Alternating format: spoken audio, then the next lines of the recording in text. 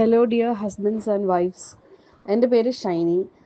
ഞങ്ങൾ കഴിഞ്ഞ December 2nd വീക്കിൽ പൻവേലിൽ വെച്ചിട്ട് ഏകം ദമ്പതി ധ്യാനം കൂടിയായിരുന്നു.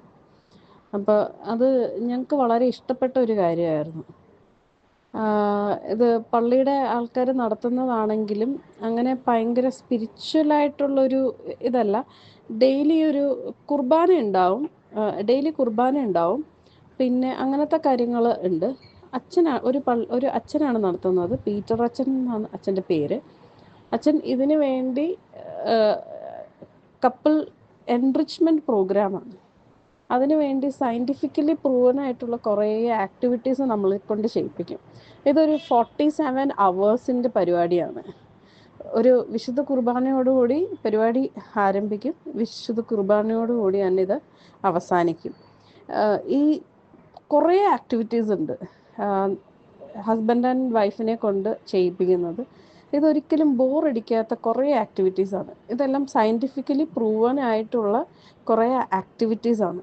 ഈ ആക്ടിവിറ്റീസിലൂടെ എല്ലാം നമ്മൾ കടന്നു പോയി കഴിയുമ്പോൾ നമുക്ക് നമ്മളെ തന്നെ മനസ്സിലാവും, നമ്മുടെ ഫാമിലി എന്താണെന്ന് മനസ്സിലാവും, നമുക്ക് നമ്മുടെ വാല്യൂ എന്താണെന്ന് മനസ്സിലാവും. ഇതൊരു പാർട്ട്ണറെ മനസ്സിലാക്കുന്നതല്ല, നമ്മളെ തന്നെ മനസ്സിലാക്കും. നമ്മളെ തന്നെ മനസ്സിലാവുമ്പോൾ നമ്മുടെ ചുറ്റുമുള്ളവരെ നമുക്ക് മനസ്സിലാക്കാൻ കഴിയും. ഈ ആക്ടിവിറ്റീസ് എന്താണ്, ഈ ആക്ടിവിറ്റി എന്താണെന്ന് എനിക്ക് പറയാൻ പറ്റത്തില്ല. അതിൻ്റെ കാരണം എന്താണെന്ന് പറഞ്ഞാൽ, നമ്മളൊരു നല്ല സിനിമ കണ്ടിട്ട് അതിലുള്ള പ്രസക്ത ഭാഗങ്ങൾ നമ്മളൊരു ഫ്രണ്ടിനോട് പറഞ്ഞു കൊടുത്താൽ ആ ഫ്രണ്ടിന് ആ മൂവി ശരിക്കും എൻജോയ് ചെയ്യാൻ പറ്റത്തില്ല. ഇതൊരു സ്പോയിലറാവും. അതുകൊണ്ടാണ് എന്ത് ആക്ടിവിറ്റിയാണ്, എങ്ങനത്തെ ആക്ടിവിറ്റിയാണ് എന്നൊന്നും പറയാത്തത്. ജസ്റ്റ് നിങ്ങൾ ബ്ലാങ്ക് ആക്കി ആ ഒരു പ്രോഗ്രാമിന് പോയി ജോയിൻ ചെയ്യുക. And you will see wonders. ഇതങ്ങനെ ഫുൾ ടൈം പ്രാർത്ഥനയും ഹല്ലേലൂയ എന്ന് പറഞ്ഞുകൊണ്ടുള്ള എന്താ പറയുക, അങ്ങനെ വെറുതെ ഇരുന്ന് പ്രാർത്ഥിക്കുക, അങ്ങനത്തെ കാര്യങ്ങളേ അല്ല. ഒരു ആക്ടിവിറ്റി ബേസ്ഡ് പ്രോഗ്രാമാണ്. ഇപ്പം പണ്ടൊക്കെ നമ്മൾ സ്കൂളിൽ പഠിക്കുന്ന സമയത്ത് ടീച്ചർ പറഞ്ഞു തരുന്നത് നമ്മൾ പഠിക്കും, പരീക്ഷ എഴുതും. പക്ഷേ ഇപ്പം കുട്ടികളെല്ലാം ആക്ടിവിറ്റി ബേസ്ഡ് ആണ്. അപ്പം പലരും ആഗ്രഹിച്ച് കാണും, പക്ഷെ നമ്മൾ പഠിക്കുമ്പോൾ ഇതൊന്നും ഇല്ലായിരുന്നല്ലോ എന്ന്. നമുക്ക് അങ്ങനെ ഒരു അനുഭവവും കൂടി നമുക്കിതിൽ കൂടെ കിട്ടും. പിന്നെ കുട്ടികളുണ്ടെങ്കിലും കുഴപ്പമില്ല, പാരൻസ് ഉണ്ടെങ്കിലും കുഴപ്പമില്ല. ഒരു പോളച്ചൻ്റെ ഒരു വോയിസ് മെസ്സേജ് ഇതിനു മുമ്പ് വന്നിട്ടുണ്ടായിരുന്നു. അപ്പോൾ അതിൽ പറഞ്ഞതുപോലെ തന്നെ നല്ലൊരു ഫാമിലി ഫ്രണ്ട്ലി സ്ഥലമാണ്.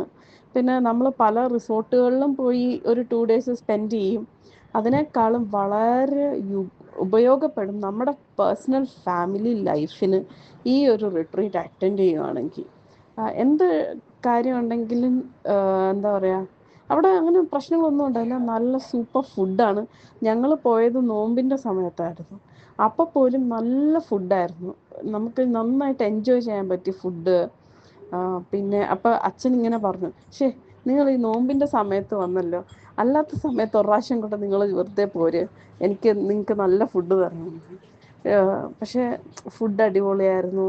എനിക്ക് 2 പിള്ളേരാണുള്ളത്. ഒരാൾക്ക് 10 വയസ്സും ഒരാൾക്ക് 2 വയസ്സും.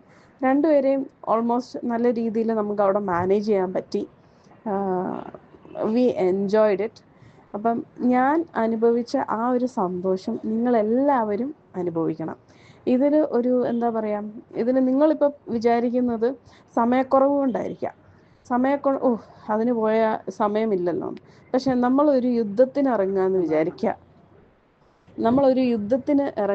വിചാരിക്കുക. അപ്പം നമ്മുടെ കയ്യിൽ വാളുകളുണ്ട്. ആ വാളുകൾക്കൊന്നും മൂർച്ചയില്ല. ഈ വാളുകൾ മൂർച്ചയാക്കിയിട്ട് യുദ്ധത്തിന് ഇറങ്ങണമെങ്കിൽ ഒരു 10 മിനിറ്റ് വേണ്ടി വരും. അപ്പം നമ്മൾ വിചാരിക്കും, ഈ 10 മിനിറ്റ് പോയാൽ നമുക്ക് സമയത്തിന് എത്താൻ പറ്റത്തില്ല, നമ്മുടെ സമയം പോകുന്നു.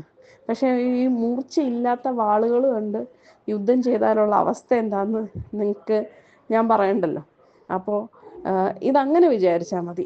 സമയം നിങ്ങൾ എങ്ങനെയെങ്കിലും കണ്ടെത്തി ഉറപ്പായിട്ടും ഈ ഒരു ഏകം എൻറിച്ച്മെൻറ്റ് പ്രോഗ്രാമിന് പങ്കെടുക്കും. പിന്നെ പ്രായം, ഞങ്ങൾക്ക് 19 വയസ്സായി, ഇനി എൻ്റെ പോകേണ്ട ആവശ്യമുണ്ടോ, കൊച്ചു പിള്ളേരൊക്കെ പോട്ടെ എന്ന് വിചാരിക്കരുത്. 60 വയസ്സാണെങ്കിലും 70 വയസ്സാണെങ്കിലും if you are a couple, നിങ്ങളതിന് പോകണം. അത് പോയി വരുമ്പോൾ ഉറപ്പായിട്ടും നിങ്ങൾ എന്നെ താങ്ക് ചെയ്യും. എന്താണ് അത്ര നല്ലൊരു പരിപാടിയാണ്. ശരിക്കും പറഞ്ഞാൽ എനിക്ക് അവിടെ നടക്കുന്നത് എന്തൊക്കെയാണെന്ന് പറഞ്ഞു തരാൻ ആഗ്രഹമുണ്ട്. പക്ഷെ പറഞ്ഞു തന്നു കഴിഞ്ഞാൽ പിന്നെ അതിൻ്റെ ഒരു സുഖം ഉണ്ടാവില്ല. ഞാൻ നേരത്തെ പറഞ്ഞ പോലെ ഒരു മൂവി സ്പോയിലർ പോലെയാണ് ആ ആക്ടിവിറ്റീസ് എന്താണ്, എങ്ങനെയാണ് എന്നൊക്കെ. നമ്മൾ ഒരു മുൻ വിധിയും ഇല്ലാതെ ജസ്റ്റ് ഒരു ബ്ലാങ്ക് ആയിട്ട് ചെന്നാൽ മതി. അതാണ് ഏറ്റവും ഇമ്പോർട്ടൻ്റ് ആയിട്ട് വേണ്ടത്.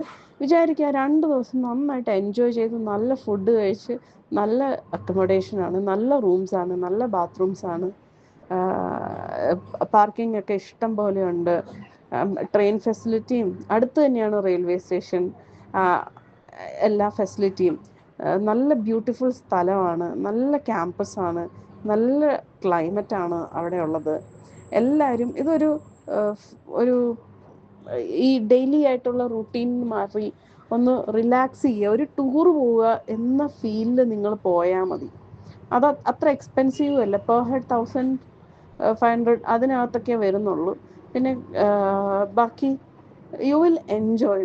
പിള്ളേർക്കാണെങ്കിലും നന്നായിട്ട് എൻജോയ് ചെയ്യാനുള്ള സ്പേസ് അവിടെ ഉണ്ട്. അപ്പോൾ dear husband and wife, please നിങ്ങൾ ഈ ഏകം പരിപാടിയിൽ പോകണം. ഇതൊരു ധ്യാനമല്ല.